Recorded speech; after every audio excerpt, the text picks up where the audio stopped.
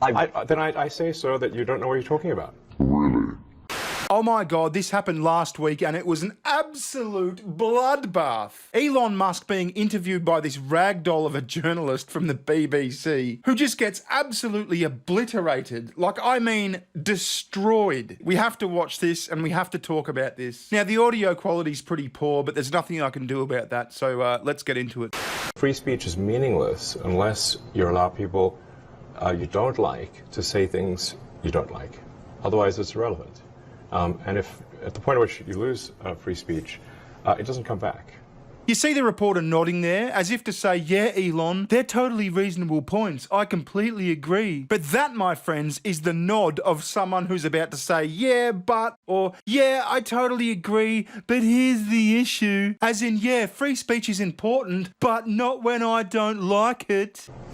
I think the issue some people have is that a lot of people were brought back. I mean, some people were brought back who were previously banned for spreading things like QAnon conspiracies. You have people like Andrew Tate who were brought back, who were previously banned for things like hate speech. As soon as someone uses hate speech as a legitimate term, I lose most of my respect for them. Like, what is hate speech? Did they threaten someone? Did they threaten to murder someone? Or did they say offensive things? It's offensive things, isn't it?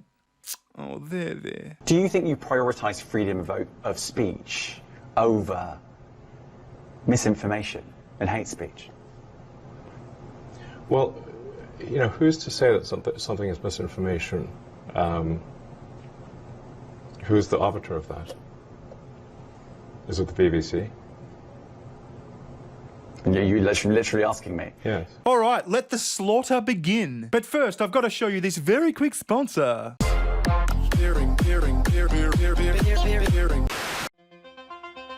Yep, that's me. You might be wondering how I got myself in this situation. That's clearly not me. But this is me around Christmas of 2021. And this is me about 6 or 7 months later. I lost about 30 kilograms of pudding. That's about 58 pounds to you Americans. And I did it with diet and exercise and the help of Keto Elevate. Check out their website in the description or the pinned comment. It's a great product and it can really help you shed some of those tires. You know, who's to say that something is misinformation? Who's the arbiter of that? Is it the BBC? You're literally asking me. Yes. Well, no, you are the arbiter on Twitter because you own Twitter. Yes, I'm saying who is to say that one person's misinformation is another person's information? At the point at which you say that there is this is misinformation, like who is going to decide that? You accept that misinformation can be dangerous, that it can cause real-world harms, that it can potentially cause. Yeah. So the point I'm trying to make is that the BBC itself has, at times, published things that are false. Oh no, not an uncomfortable truth. How's he gonna react? Oh, think. How do I get out of this one? Do you agree that that has occurred? I'm quite sure the BBC have said things before that turn out to not be true. Correct. In its, whatever it is, 100-year history, I'm quite sure. Yes. Yeah, so the BBC is harmful. Yes. Even if you aspire to be accurate, there are times when you will not be. We've spoken to people very recently who were involved in moderation, and they just say there's not enough people to police this stuff, particularly around hate speech in the company. What hate speech are you talking about? Good question, Elon. What hate speech is he talking about? Now answer, motherfucker. I mean, you use Twitter. Right. Do you see a rise in hate speech? I mean, But just a personal anecdote. Like, what do you? I don't.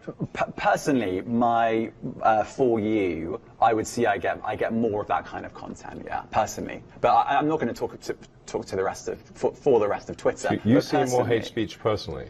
I would say I would see more hateful content in that.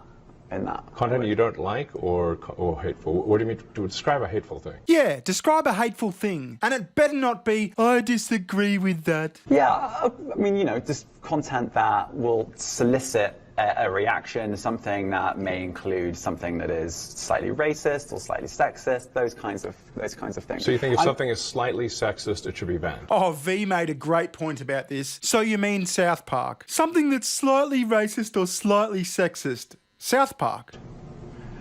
No, is that what you're saying? I'm not saying anything. I'm saying. Well, I'm just curious. I'm trying to understand what you mean by hateful content, and I'm asking for specific examples And you just said that if something is slightly sexist, that's hateful content. Does that mean that it should be banned? Well, you've asked me whether my feed, whether it's got less or more. I'd say it's got slightly more. That's why I'm asking for examples.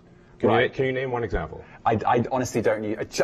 Honestly, I You don't. can't name a single example. I'll tell you why. Because I don't actually use that for you feed anymore. Because I just don't particularly like it. But you and said actually, a lot of people are quite similar. I only look at hang on a second. You said you've seen more hateful content, but you can't name a single example, not even one.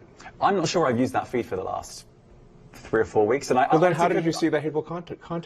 Because I've been using Twitter since you've taken it over for the last 6 months. Okay, so then you must have at some point seen for you hateful content. I'm asking for one example. Right. And you can't give a single one. And I'm saying... Then I say, sir, that you don't know what you're talking about. Really? Yes, because you can't give me a single example of hateful content, not even one tweet. And yet you claimed that the hateful content was high. Well... That's false. No, what I claimed... You just lied. What I claimed was... No, you did just lie. It's like lambs to a slaughter. You're full of shit, mate. You come in guns blazing saying, oh, hateful content, hateful content. You can't give one fucking example. And then you try to weasel out of it by saying, oh, but other people, other people. I haven't used that feed, but, there's plenty of hate. One example, motherfucker. Give one example. There are many organizations that say that kind of information is on the rise. Now, whether it has on my feed or not... I mean, right, and literally if you look at something one. like the Strategic Dialogue Institute in the UK, they will say that. So look, people will say all sorts of nonsense. I'm literally asking for a single example, and you can't name one. Right, and as I've already said, I don't use that feed. But then how would you know that? I don't think this is getting anywhere. You literally said you experienced more hateful content, and then couldn't name a single example. Right, and as I said, that's absurd. I haven't actually looked at that feed. Then how would you know this hateful content? Because I'm saying that's what I saw a few weeks ago. I can't give you an exact example. Let's move on. We only have a certain amount of time. Oh, Elon, let's just move on. We only have a certain amount of time, you see. I would have brought all my examples, but I only had a certain amount of time. And now we only have a certain amount of time. So let's stop talking about this uncomfortable thing that I brought up and that you just fucked me in the arse over. You fucking loser. COVID misinformation. You changed the COVID misinformation Has rules. BBC changed its COVID misinformation? The BBC does not set the rules on Twitter, so I'm asking you. No, I'm talking about the BBC's misinformation about COVID. What say you, sir?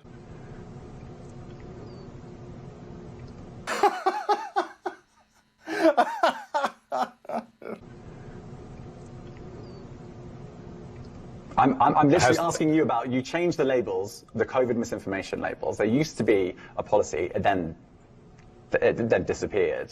Why do that? Well, COVID is no longer an issue. Does the BBC hold itself at all responsible for misinformation regarding masking and side effects of vaccinations? And not reporting on that at all?